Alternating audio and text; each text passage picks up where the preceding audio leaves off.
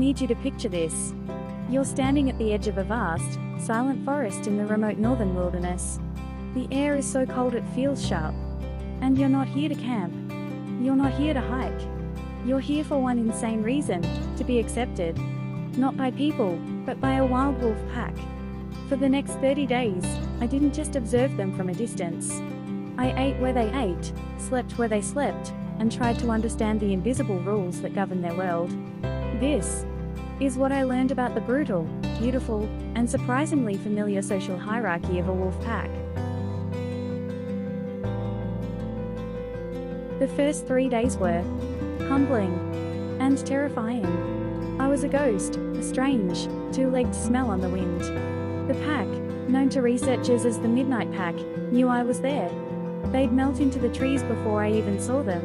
The alpha pair, a massive, grey-muzzled male I came to call Sovereign, and his fierce, watchful mate, Luna, were always the first to vanish.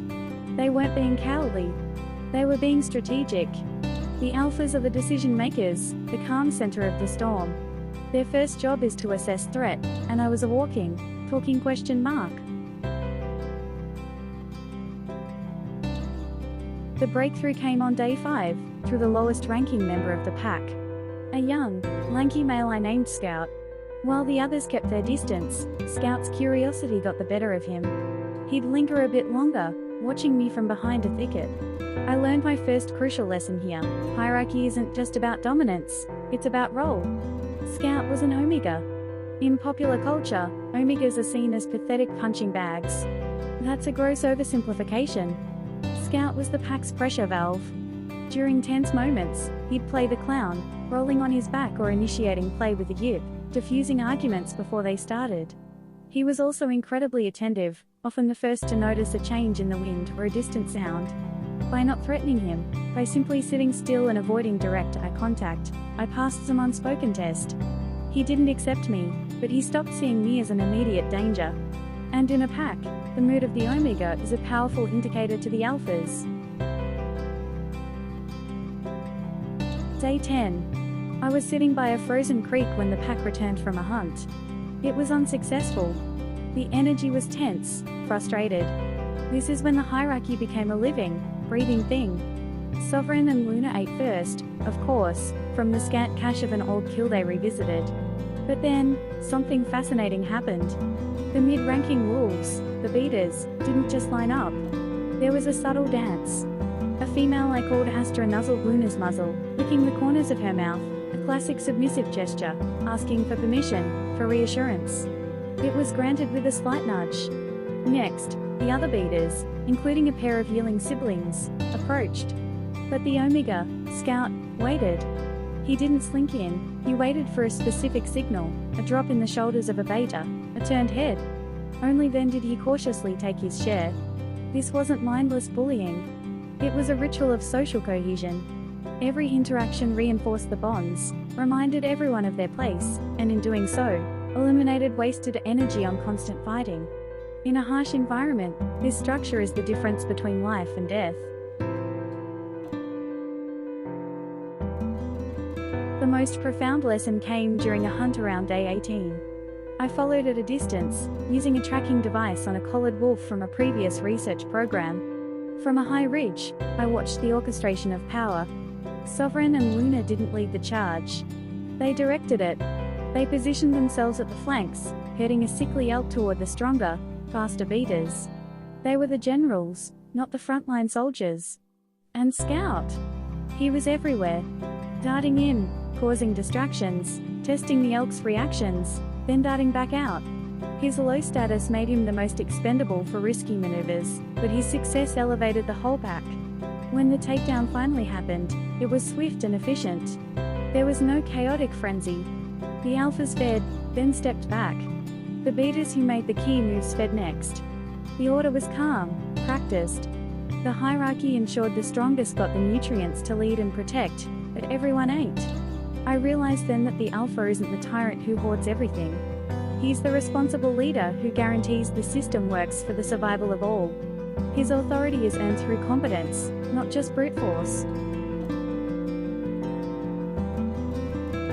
Living with them, The emotional intelligence was staggering. After the hunt, there was a period of pure, unadulterated social bonding. Pups tumbled over the beaters. Luna groomed Sovereign. Even Scout was brought into the fold, play-bound to a beta who then wrestled with him gently. This was the other side of the coin. The hierarchy provided the stability that allowed for this vulnerability, this affection. It hit me. We see the dominance displays, the assertive postures, and we call it brutal. But we miss the profound piece, the trust, the lack of existential anxiety that comes from knowing exactly where you stand. There's no office politics, no hidden agendas. The rules are clear, written in body language and reinforced daily. My final week was the true test. I had to leave my camp and follow a 2-day movement to a new den site. I was no longer a ghost, I was a fixture. But would I be tolerated on their journey? As they moved out at dawn, I kept a respectful 100 yards behind. Sovereign paused, looked right at me. My blood went cold. Then, he simply turned and kept walking. Luna followed. And then, the beaters. And finally, Scout. He actually paused, looked back as if to say, "You coming?" In that moment, I wasn't a member of the pack. I would never be that. But I had been granted a provisional, silent status, a temporary, peripheral entity that didn't disrupt the flow. It was the highest honor I could have received.